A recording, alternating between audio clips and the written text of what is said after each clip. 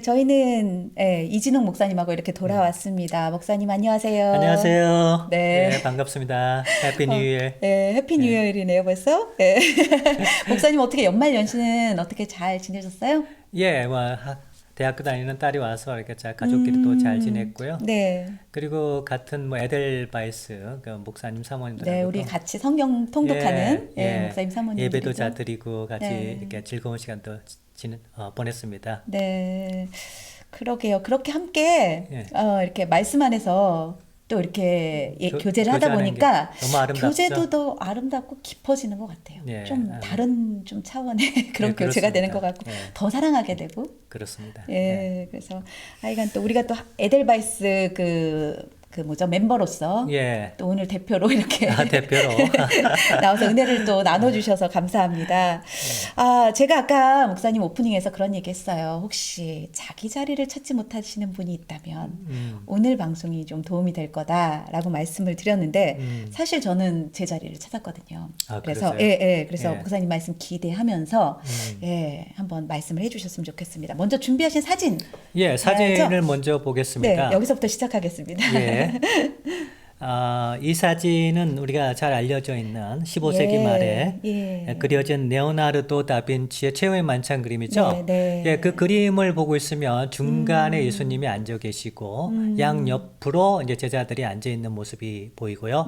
그리고 테이블도 일자고 의자에 다 앉아 있는 모습입니다. 근데 사실 이것은 역사적으로 1세기 문화 안에서는 사실 말이 안 되는 그림이죠. 네. 예, 그래서 사실 1세기 때의 탁자의 모양을 이제 먼저 보면은 다시 그림을 보시면 네. 이렇게 디귿자로 되어 있습니다. 아. 디귿자로 되어 있고 성경에 이렇게 기록되어 있죠. 큰 다락방에서 네. 6월절 만찬을 하셨다 기록되어 있기 때문에 2층에 올라가는 입구 쪽이 첫 번째 그 자리가 그게 종의 자리입니다.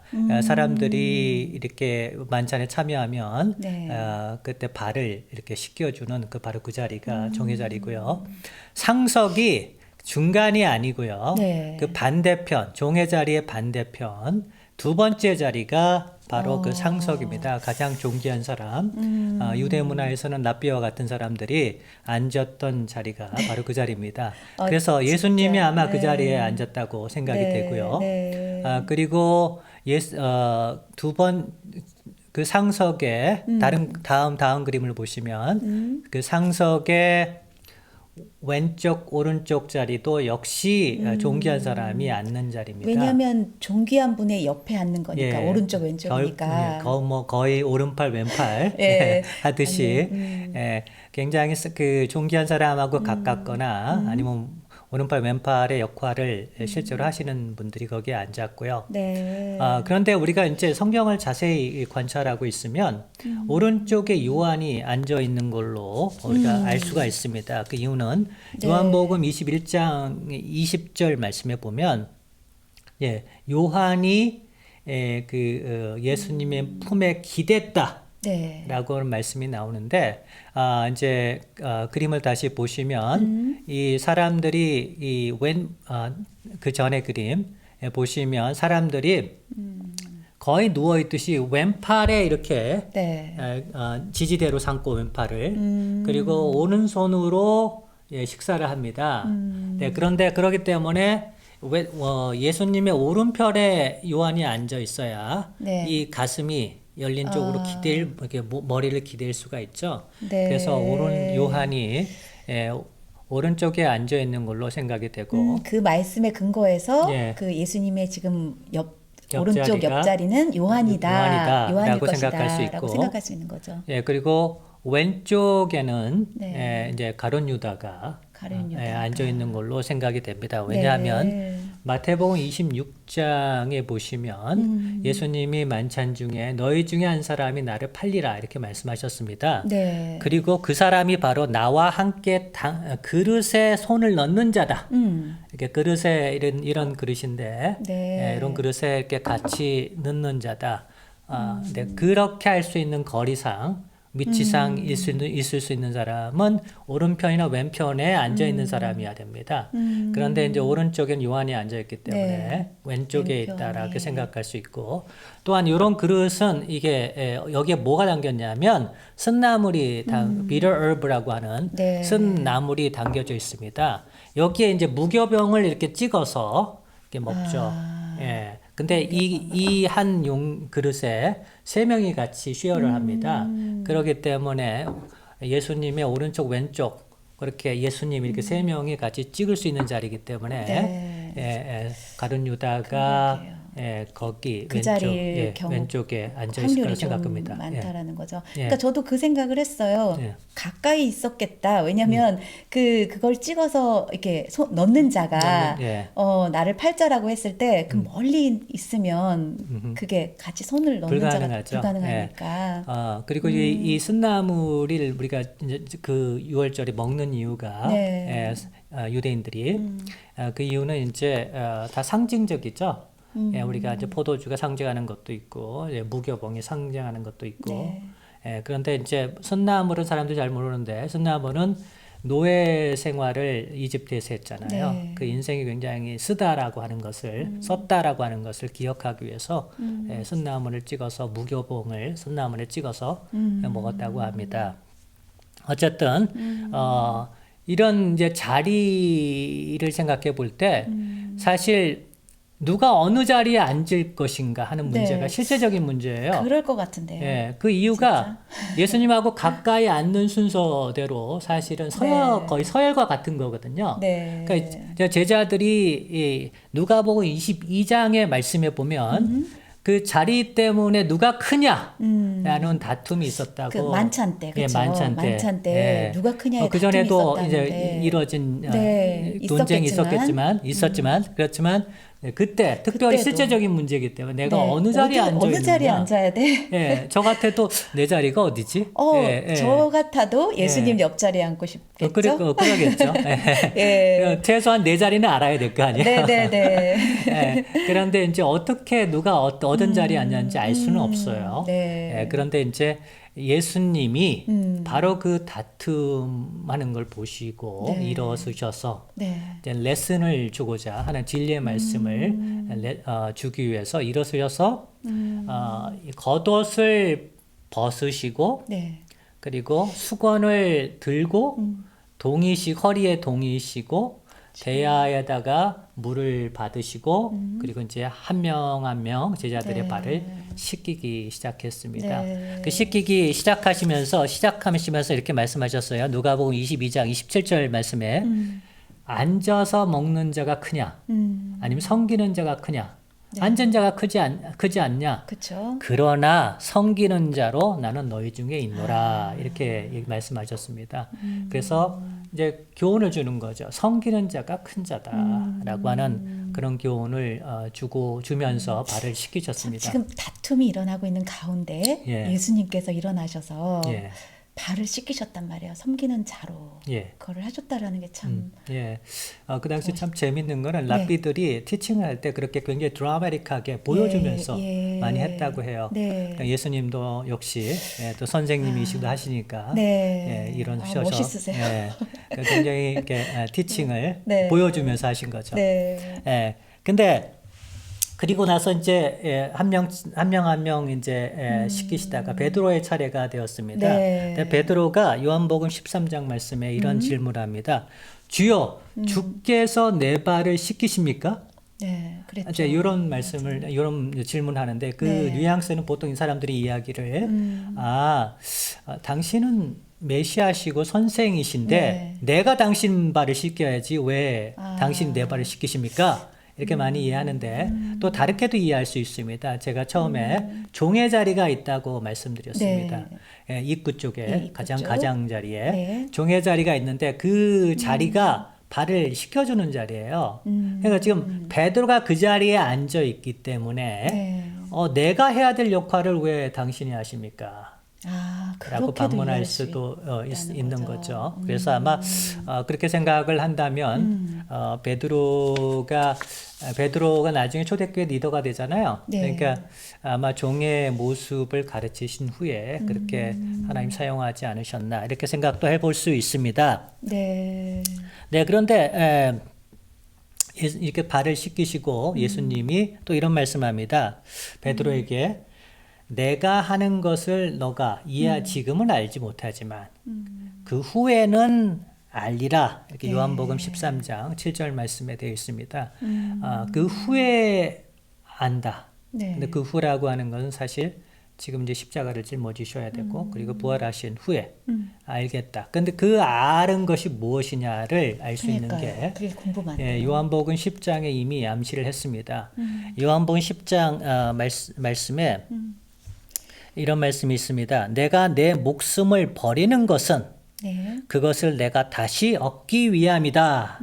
내가 내 목숨을 버린다. 네. 버린다라고 하는 그 헬라어가 티세임입니다. 네. 예, 버린다. 그리고 그것이 마치 겉옷을 벗는다. 티세임이하고 똑같은 단어입니다. 그리고 내가 그 생명을 다시 얻기 위함이다. 얻는다. 예, 그게 람바노라고 합니다. 네. 근데 예수님이 수건을 가져다가 그것도 람바노입니다. 그러면 티세이미 람바노 이 패런이 같이 가고 있습니다. 10장과 13장이 이제 그 패런을 연결시킨다 그러면 지금 10장 말씀은 당신의 죽음에 대해서 말씀을 하고 있는 거죠. 그러니까 당신의 죽음은 곧 성김이다라고 연결시킬 수 있습니다. 그래서 제자의 발을 씻기는 그런 행위는 사실 구원론적 의미를 가지고 있다는 거죠. 그것은 죄인들의 죄를 씻는 행위와도 같다. 그것이 이제 그거를 한 표적처럼 보여주는 것이다. 네. 그러니까 예수 그리스도가 대속의 제물로서 십자가에서 이 죄인들의 죄를 씻으심으로 새로운 백성들을 만드셨고 새 언약을 세우시는 그런 사건을 한 표적으로 요한복음 13장의 첫 번째 표적입니다. 그 표적으로 보여주는 사건이었다. 이렇게 얘기를 할 수 있습니다. 그래서 그 대속적인 죽음을 통해서 그분의 완전한 사랑을 보여주신 거죠. 요한복음 15장 13절 말씀에 사람이 친구를 위하여 자기 목숨을 버리면 이에서 더 큰 사랑이 없나니라고 얘기합니다. 그래서 큰 사랑을 하나님 보여주셨고요. 그렇다고 해서 어떤 실천적인 본이 안 된 건 아닙니다. 구원론적인 의미도 있지만 실천적인 의미도 있습니다. 이 실천적인 의미를 우리가 조금 더 이 마태복음 16장과 연결해서 읽으면 훨씬 더 좋습니다.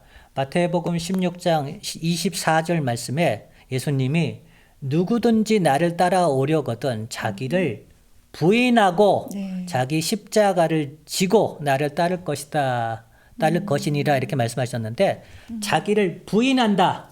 그게 역시 티세이미 내려놓는다. 라는 단어와 똑같습니다. 같은 말은 버린다. 이런 단어와 이렇게 트랜스레이션이 되는데 그와 같은 단어를 쓰고 있고 십자가를 진다. 그건 take. 생명을 얻는다. 수건을 가진다하고 같은 단어를 씁니다. 그렇다면 자기를 부인한다라고 하는 것은 결국은 생명을 내놓는다라는 의미도 될 수 있지만 그것이 이제 진짜 생명일 수도 있겠지만 사실은 자기가 갖고 있는 이기적인 자아를 죽이는 거죠. 그래서 이 말씀과 오늘 말씀과 연결해 본다면 사람들이 이제 권력 의지가 다 있다 그래요. 뭐 니체 같은 철학자가 그렇게 얘기했는데 이 권력 의지를 가지고 있기 때문에 사람들을 지배하려는 속성들이 있어요. 그리고 또 죄대 오염된 그런 권력 의지가 표현되기를 계속해서 다른 사람을 억압하고 그리고 착취하고 그리고 지배하는 쪽으로 이렇게 표출할 수가 있는데 그런 이기적인 자를 버리고 겸손의 예수님처럼 겸손의 모습으로 작은 일이라도 남을 섬기는 자로 살아라라고 하는 그런 어떤 본을 예수님이 직접 발을 씻기시면서 보여주셨던 보여주신 거죠. 그러니까 목사님 혹시 제가 이제 제대로 좀 이해했는지 모르겠는데 예. 예수님께서 그 서로 자리 싸움을 하고 있는 그들에게 진짜 섬김을 보여주시기 위해서 예. 그 이제 그 수건을 예. 허리에 동이시고 이제 그 발을 씻어 주셨어요. 근데 그거 자체의 의미보다는 그 의미에는 더 큰 의미가 있다라는 거죠. 예. 본인이 이제 십자가를 지시고 죽는 것 그것이 가장 큰 헌신이요 사랑이요 섬김일 것이다. 너희를 향한 섬김이다. 섬김이다. 음흠. 이렇게 예, 그러니까 말씀하시는 거죠. 네. 예. 이미 발을 씻기시면서 이미 예수님은 본인의 그 가장 큰 섬김인 그 십자가를 이미 생각하시고 그 발을 한 사람 한 사람 그렇죠. 씻기셨던 거죠. 예, 베드로한테 그 이후에는 너가 알겠다 할 때 베드로가 했던 게 알겠죠. 유에 알았던 게 예. 그거네요. 예. 아, 그때 내가 나의 발을 씻어줬지만 내 몸 전부 다 씻어달라고 했었잖아요. 예. 근데 그럴 이유가 없었던 게 바로 이 큰 섬김이 예. 이 십자가의 그 죽음의 그 섬김이 남아 있었기 때문에 네. 그걸로 완성되는. 예. 베드로가 또 이제 베드로 전서에 보면 교회 편지를 이렇게 합니다. 네. 그때 예수님이 베드로의 발을 씻겼던 그 장면을 항상 연상하면서 이런 말씀을 합니다. 서로 겸손으로 허리를 네, 네. 동이라. 그러니까 이 말씀을 하면서 항상 겸손하게 수건을 허리에 동이시는 예수 그리스도를 연상하면서 이런 말씀을 했던 것 같습니다. 그러니까. 그래서 이웃 사랑이라고 하는 것이 결국은 예수님처럼 겸손하게 겸손으로 허리를 동이고 그리고 자기 이기적인 남을 지배하려고 하는 마음들을 버리고 그리고 섬기는 자세로 가는 것이 바로 그것이 내 자리다. 네, 예, 우리 라고 아까 생각이 그 사진 됩니다. 다시 한번 보여줬으면 좋겠는데요. 예. 그러니까 우리가 대강 이제 그 자리를 사진 하나만 그거 말고 그 다음 거 대강 이제 자리는 네 자리는 채워졌어요. 그죠? 예수님, 그다음에 요한하고 또 유다하고 혹시 베드로가 지금 맨 끝자리에 앉아 있었을 것이다라고 이제 우리가 생각해 볼 수 있는데 그 자리에 이제 그 나머지 자리가 있는데 그 자리는 이제 뭐 우리도 사실 저런 것처럼 우리 공동체 안에 어떤 자리 싸움이 있을 수도 있을 것 같아요. 그럼요, 있죠. 있을 수 있지만 실제적으로 있죠. 다른 사람이 어떻든 간에 나는 내 자리는 오늘 말씀을 듣고 나니까 섬김의 자리로 가고 싶다. 우리는 수건을 들고 정말 허리에 동이고 이 베드로가 그렇게 해주셨던 것처럼 정말 섬김의 자리로 가서 그렇게 하면 그게 이제 큰 자라고 하신 거죠? 그것이 아까 자다. 그 말씀이 그거였던 것 같아요. 그래서 내가 너희를 높이리라라는 말씀. 성경에 이렇게 말합니다. 그러므로 하나님의 능하신 손 아래서 겸손하라. 때가 되면 너희를 높이시리라. 이렇게 말씀합니다. 때가 뭐 높임 받기 위해서 섬김의 자리로 가는 건 아니지만 우리가 그 예수님이 보여주신 결국 자기를 부인하고 자기 십자가를 지고 예수님을 따른다라는 것은 결국 그거네요. 수건을 들고 봉사하는 삶, 겸손히 봉사하는 삶. 라고 말할 수 있습니다. 목사님 저는 제 자리를 찾았어요. 그게 뭐죠? 전 교회에서도 그러고 사실 뭐 사모여서가 아니라 또 뭐 사람이 없어서가 아니라 그냥 예수님이 그렇게 사셨기 때문에 저도 그 가장 섬김의 자리에서 말없이 그게 진정한 또 예배가 되지 않을까라고 생각이 들었습니다. 목사님. 아멘. 앉아 있는 것보다 섬기는 것이 더 크다고 얘기하시니까. 그렇다고 또 다 또 일어나면 어떡하죠, 목사님? 그러지는 않을 겁니다. 다 역할들이 있기 때문에. 다 일어서시면 양보하는 것도 섬김일 수 있고 그때 성령의 인도하심 따라 어쨌거나 저는 제 자리를 찾았다는 거. 예수님이 앉으셨던 그 자리, 예수님이 보여주시고자 했던 그 자리, 그 자리로 저는 가겠습니다. 아멘. 목사님 오늘 이렇게 나와주셔서 귀한 아직 자리를 정하지 못하고 계신 분들에게 그 섬김의 자리로 안내해 주셔서 너무 감사합니다. 감사합니다. 목사님 우리 다음 달에는 또 이거에 이어서 또 계속 얘기해 주시겠다고 했죠? 제가 그 최후의 만찬을 준비하면서 이렇게 길어질 줄 모르고 네. 시작을 했는데 네. 아직까지 본 게임을 못 갔습니다. 예, 이거는 배경, 설명. 배경입니다. 그 네. 안에서 진짜 이런 잔을 4번 마십니다. 6월절에 네. 그러니까 한 잔씩의 의미가 있습니다.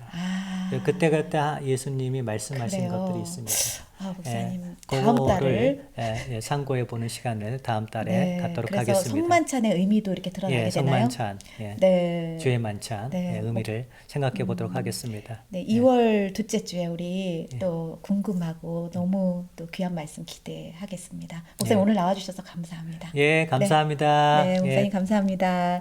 네, 저는요 아직 앉아 계시고요. 우리 음악 한 곡 같이 들을까 봐요. 그래요? 듣고, 호산나 싱어즈의 그 해같이 빛나리라는 이 찬양이요. 그 이 땅에서의 그 섬김이 그 나라에 가면 해같이 빛난다라는 그런 찬양이 있더라고요. 그래서 그 찬양을 골랐습니다. 네, 그 찬양 듣고 저는 다시 돌아오겠습니다. 우리 같이 손 한번 흔들어요.